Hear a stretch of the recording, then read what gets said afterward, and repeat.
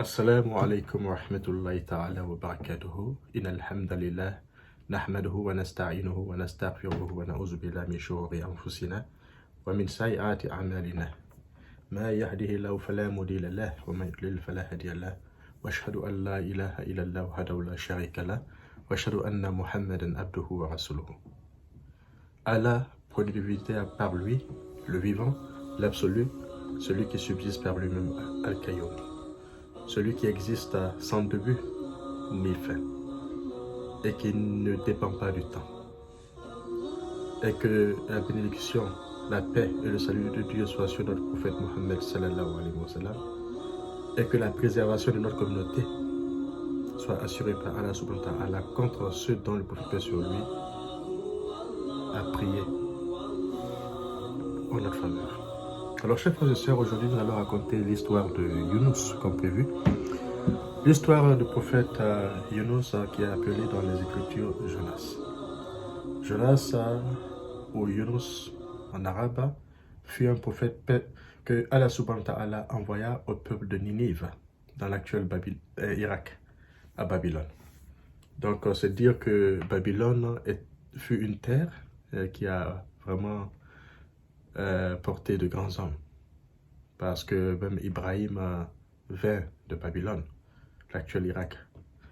Alors, chers frères et sœurs, c'était un peuple qui était estimé à 100 000 habitants ou plus. Allah nous donne même le nombre dans le Saint-Coran.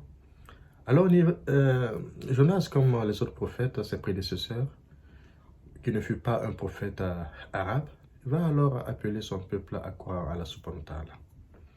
Nuit et jour pendant plusieurs années. On dit pendant une trentaine d'années.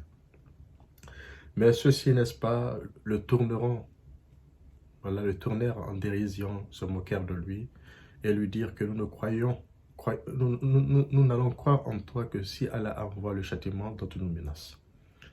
Et avant lui, avant son peuple, il y a eu des peuples qui furent châtiés, tels que le peuple de Noé auparavant, le peuple de Lot, qui commettait la turpitude, le peuple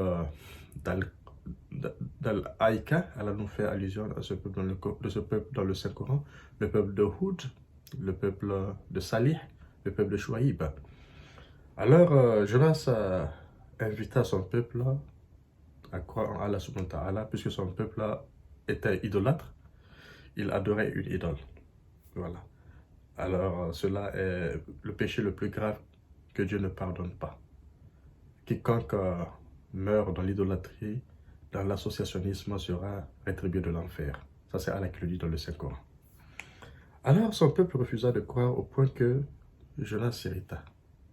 Il s'irrita et il annonça à son peuple qu'un châtiment allait survenir dans 40 jours. Au 35e jour, sans consulter Allah subhanahu wa ta'ala sur la prochaine étape dans laquelle il devait prendre, Jonas quitta la ville, irrité contre son peuple, parce que son peuple a refusé de croire au message qu'il a apporté. Alors, ceux-ci, avant même de se rendre compte du départ de Jonas, se rendirent auprès d'un sage qui croyait en Jonas en lui demandant « Que faut-il faire au cas où Jonas quitte la ville ?» Et effectivement, Jonas avait quitté la ville, puisqu'ils dirent entre eux « Jonas est un homme honnête et véridique. Donc prenons garde. Certes, nous nous opposons à lui, nous adorons la religion de nos ancêtres, mais il se peut que le châtiment dont il nous menace advienne. Alors, tant qu'il est avec nous, alors on doit se dire que Dieu ne va pas nous châtier, puisqu'il y a parmi nous un homme vertueux. Vous voyez, croyez en Dieu. Regardez leur analyse rationnelle. Mais si Jonas quitte, aussitôt, on doit faire attention. Car il se peut que ceux dont il nous menace adviennent. Effectivement, il quitta. Et chers frères et sœurs, dès qu'il a quitté Ninive, cette ville, cette cité, le ciel s'assombrit. Voilà, tout, il faisait noir. Les signes du châtiment arrivèrent aussitôt, dès qu'il quitta la ville. Alors l'obscurité s'étendit partout, au point que les gens partirent chez ce sage pour lui demander qu'est-ce qu'il faut faire. Et celui-ci leur a dit, invoquez Allah, repentez-vous.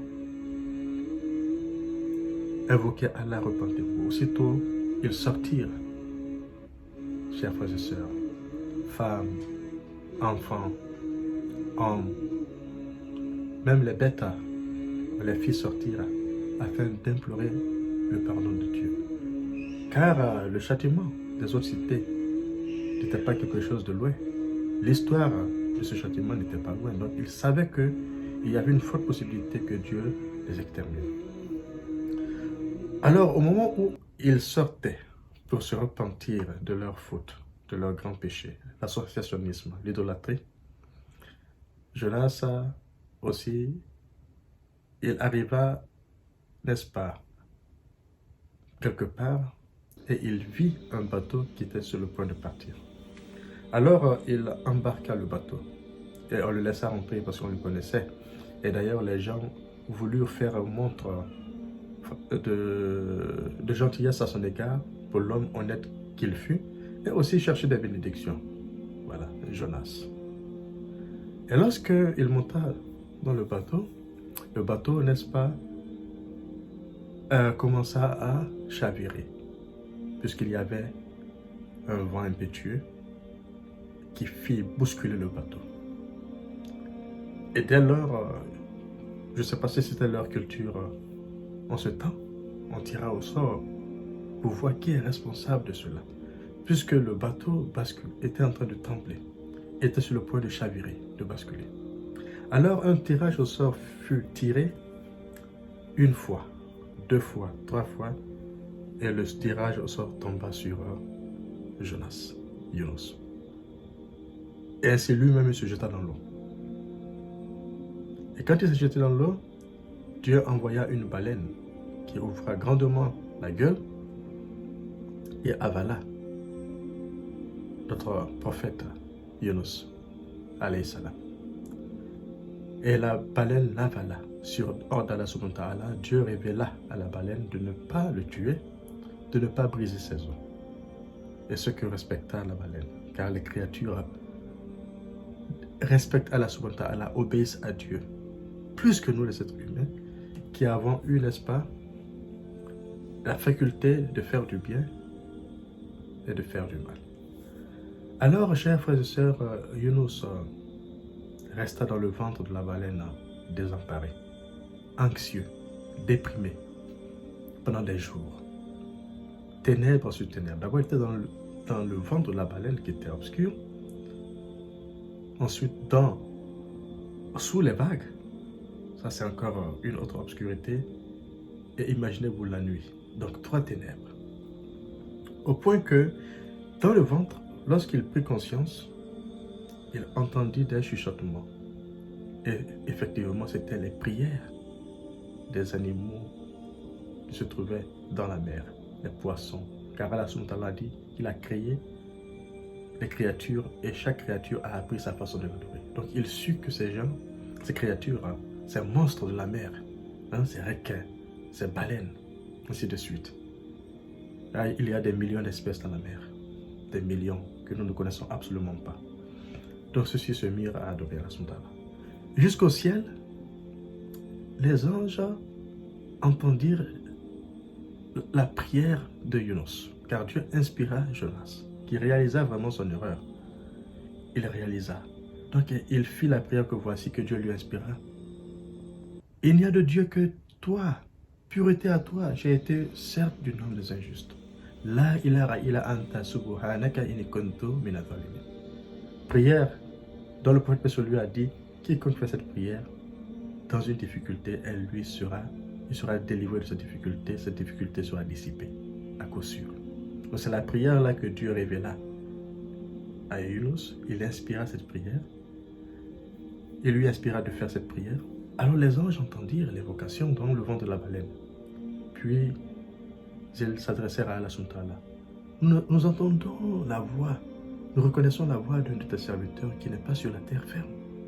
Car il avait l'habitude de prier nuit et jour. Mais ce jour-là, il était dans l'eau, sous la terre, dans les tréfonds, dans les profondeurs de la mer. C'est ainsi que les anges, avec la permission de Dieu, intercédèrent pour Yunus. en demandant à Allah subhanahu wa ta'ala de le délivrer, puisqu'il fut un bon serviteur. Chose que Dieu accepta.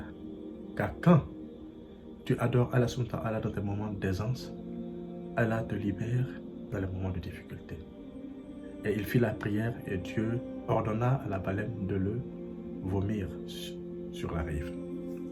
Alors, chers frères et sœurs, quand la baleine l'a vomi, il est sorti malade, affaibli, comme un oisillon. Vous voyez les petits des oiseaux, comme ils sont très faibles, minces, ils n'ont même pas de plumes, il était malade. Malade à cause des sucres gastriques, voilà, sécrétés dans le ventre de la baleine. Donc il avait eu des brûlures, voilà, des blessures. Quand la baleine alors le rejeta sur l'autre rive par la permission de Dieu, par la puissance de Dieu, alors Dieu fit pousser un arbre de courge. Ainsi, Allah subhanahu wa ta'ala parle de ce dans le Saint-Coran. On dit que c'était de la citrouille. Voilà, un arbre, voilà, qui produisait des fruits. C'était du citron. Alors il s'en servit, il appliqua sur lui-même, il en mangea et il retrouva la guérison. Entre-temps, son peuple qui avait cru en Allah subhanahu wa ta'ala, qui avait abandonné l'idolâtrie au profit du monothéisme pur, de l'adoration d'un seul Dieu unique, s'en alla à la recherche de leur prophète et messager, de leur prophète Yunus. Donc ils le cherchaient, afin vraiment de lui annoncer la bonne nouvelle de leur conversion. Et c'est après quelque temps, quand il va guérir, que Yunus va alors retrouver à Ninive son peuple. Ceux-ci vont l'accueillir dans tous les honneurs. Dans tous les honneurs. Et ce peuple-là fut le seul peuple dans l'histoire de l'humanité que Dieu ne châtia pas. C'est pourquoi Allah subhanahu wa ta'ala dit que n'eût existé un peuple qui adorait Dieu et dont la foi, n'est-ce pas, lui fit profiter. Elle profita de sa foi. À l'exception du peuple de Yunus de Jonas. Et quand ils crurent en notre message, nous dissipâmes le châtiment. C'est le seul peuple que Dieu épargna. Et Allah mentionne son nom, il souligne le nom de ce peuple. C'était un peuple qui était constitué d'habitants de 100 000 ou plus. Ainsi Allah parle. Alors, chers frères et sœurs, quelles leçons pouvons-nous tirer de l'histoire de Yunus? Parce que vous savez, les histoires que Dieu raconte dans le Saint-Coran sont des exhortations à l'adresse des hommes d'intelligence, de clairvoyance, à l'adresse de ceux qui croient. Car il faut croire à ces histoires, à ces messages, afin vraiment de saisir leur quintessence.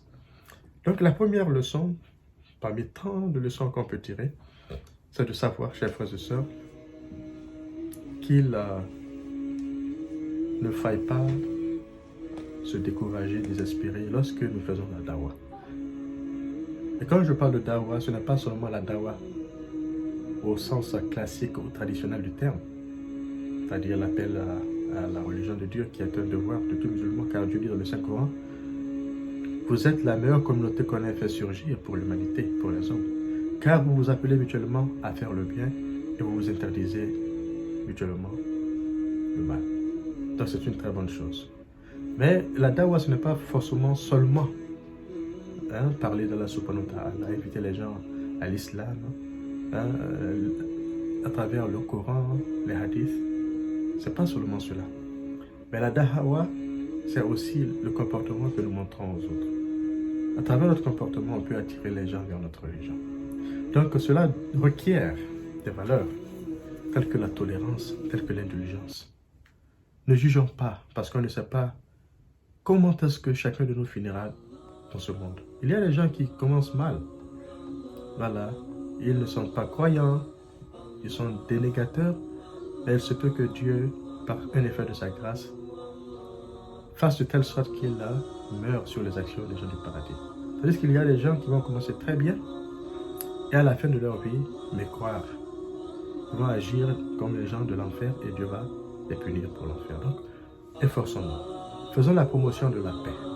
Faisons la promotion de l'amour. Invitons les gens sans se presser, mais avec l'espoir que ces gens-là vont retrouver le chemin. Donc la paix, qui est d'ailleurs ce que signifie islam. Ça vient de salam, la racine qui veut dire paix. Donc faisons la promotion de la paix, surtout dans ce monde aujourd'hui où il y a tant de guerres, où il y a tant de haine, où il y a tant de ressentiment parmi les hommes. Pourtant, Allah dit dans le Saint-Coran que nous avons créé en nation et tribu, mâles et femelles, afin que vous vous entreconnaissiez.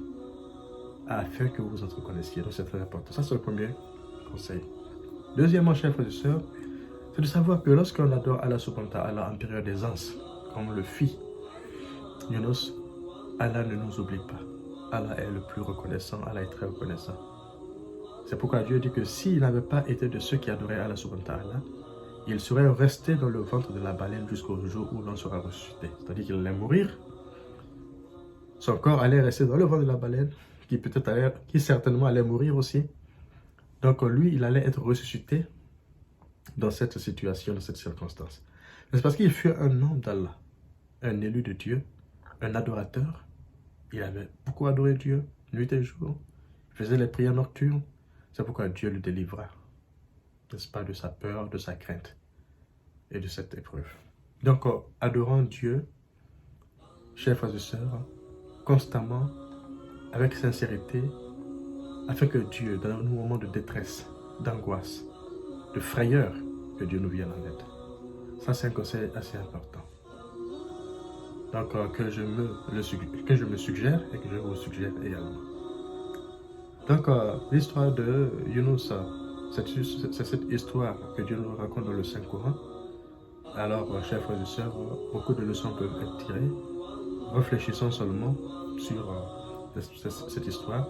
Méditons-en, car quand Dieu nous raconte les histoires dans le Saint-Coran, c'est pour nous envoyer à méditer, à réfléchir. Donc, on se dit à la prochaine pour une autre histoire. Assalamu alaikum wa rahmatullahi ta'ala wa barakatuh.